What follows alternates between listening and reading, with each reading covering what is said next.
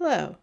In this video, we're going to talk about molecular weight calculations, and a little bit about why it's different than small molecules and why it's so important for polymers.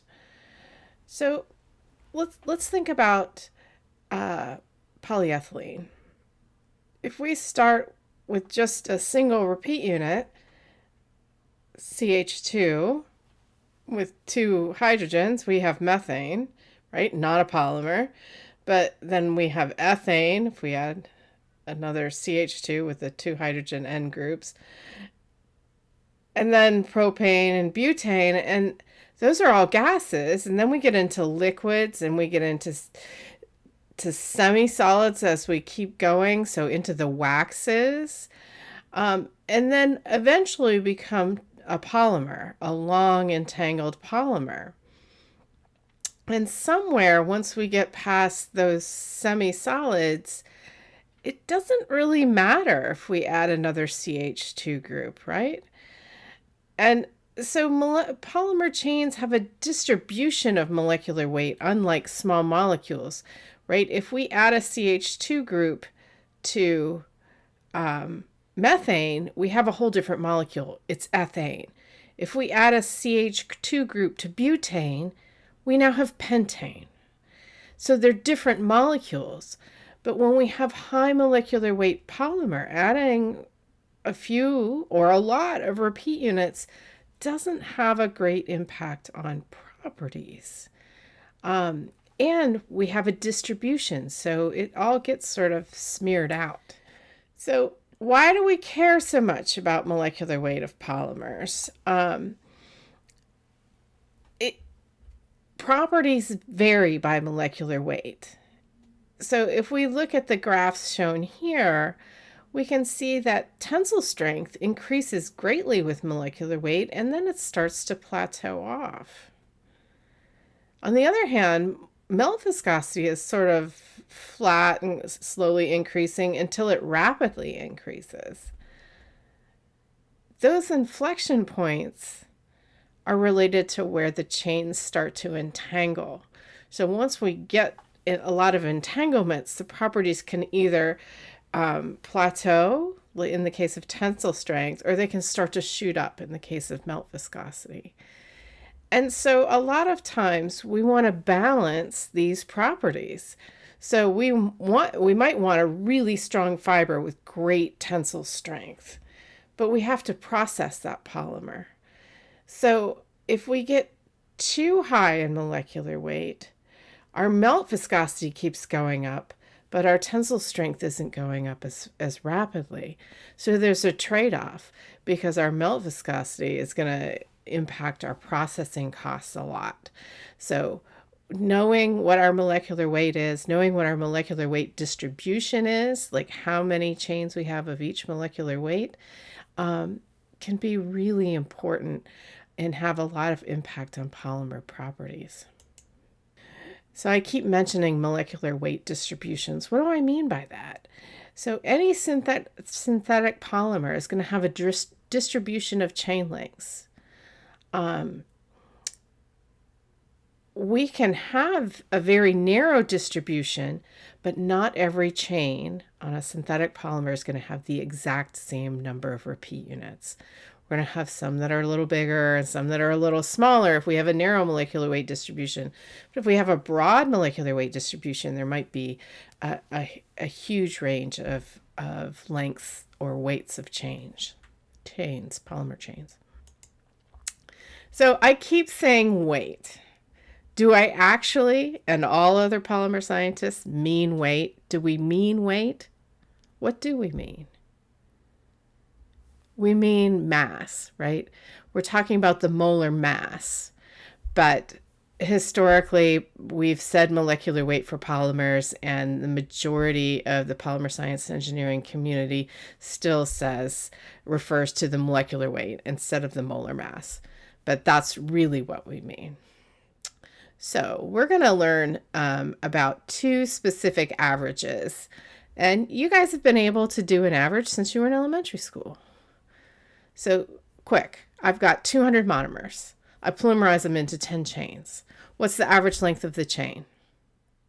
So you intuitively know that if we have 200 monomers, we form 10 chains. We're going to divide 200 by 10 and get 20. We're going to have the average length of our chain is 20 repeat units. That's a number average. That's the same average you've used since elementary school.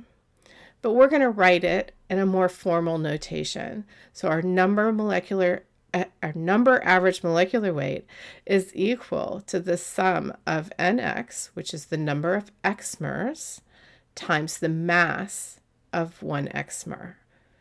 All of that is divided by the sum of the total number of xmers. So an xmer, what do I mean by that? I mean the n sub x is going to, let's say I have n sub 3. So I'm talking about what's the number of trimers. If I have 20 trimers, nx equals 20. If I want n sub 100, then I want to know how many 100 mers do I have. And m sub x would be the mass of 100 mer. So look at the little blue chain that I've circled in red. What's x equal for this chain?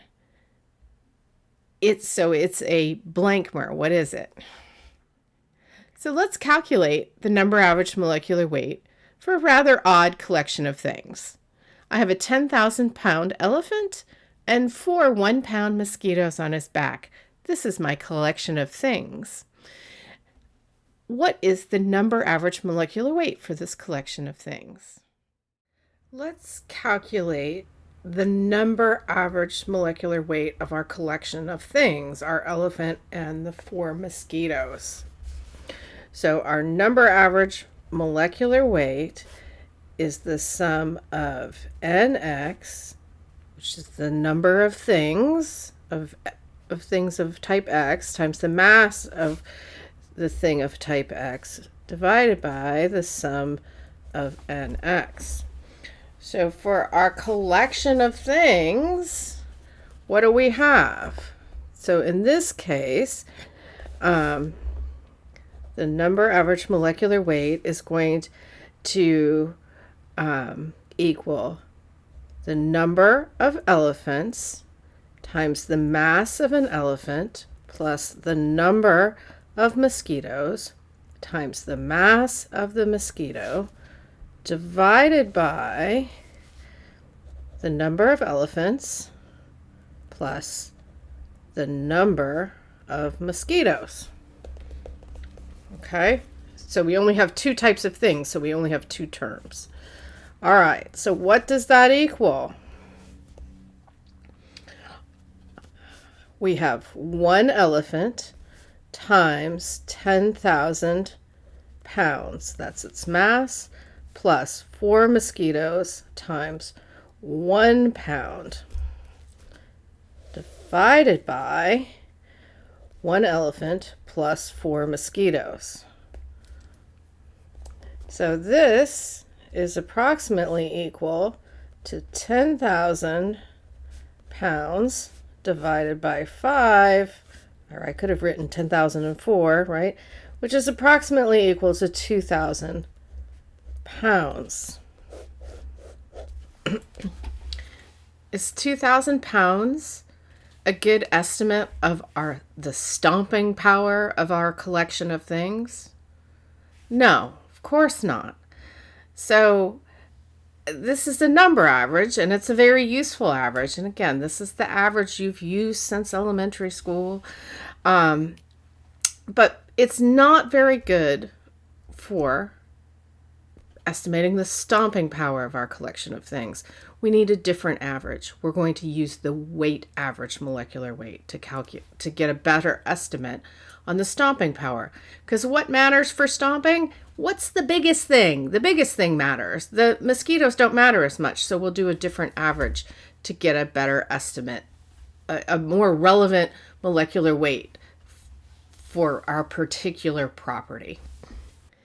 Now we're going to calculate the weight average molecular weight for our collection of 4 mosquitoes and an elephant. And this weight average molecular weight should give us a better estimate of the stomping power of our collection of things as opposed to the number average molecular weight. Let's calculate the weight average molecular weight of our collection of things. So our weight average molecular weight equals the sum of nx times mx squared divided by the sum of nx mx. A really common mistake, and you got to be careful, it's mx squared. It's not the nx mx parentheses squared, okay? Only the mass is squared. So let's look at that. So for our collection of things, we have the number of elephants times the mass of the elephant squared plus the number of mosquitoes times the mass of the mosquito squared divided by the number of elephants times the mass of the elephant plus the number of mosquitoes times the mass of the mosquito. Okay, let's plug in our numbers. So we have 1 elephant times 10,000 pounds squared plus 4 mosquitoes times 1 pound squared divided by the number of elephants times the mass of the elephants plus the number of mosquitoes times the mass of the mosquitoes. Okay. So the units are a little, let's pull the units out quickly. Okay? So the units, I've got pounds squared. So I've got pounds squared divided by pounds, right? So our units are going to be in pounds, which is what we want, right? Just a quick check. Okay. So I've got 10,000 squared plus 4 squared, which is 16. And the units are pounds squared. Divided by 10,000 plus 4. So I've got 10,004 pounds. Okay, so this is approximately equal to, let's just do some, we're going to cancel those units, and 10,000 squared plus 16, right? We can just ignore the 4 and the 16. So this is approximately equal to 10,000 pounds. Okay. So our weight average molecular weight is approximately equal to 10,000 pounds.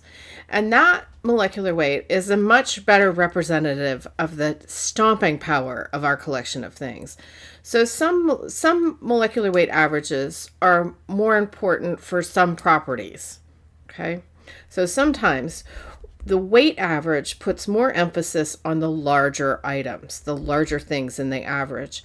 And so a lot of times mechanical properties, in this case the stomping power, it's more important. The big things are more important than the small things. And so the weight average might be the more useful average molecular weight. We just learned about the number average molecular weight and the weight average molecular weight and did a sample calculation. Hopefully you're starting to see that these averages are important, and having more than one average is important because some properties care more about the bigger things in the average, and some care more about the number of things in the average. And so depending on what properties or what your theory calls for, you need to use one average or the other. And there are even other averages that we're not going to really talk about in this class, such as the Z molecular weight. And you can see it here on this slide, we've just multiplied the top and the bottom by mx again, and it's skewing to even higher, it's a higher order average. And this Z average is often used for viscosity in polymers. Our next video will cover molecular weight distributions, and we'll learn about polydispersity.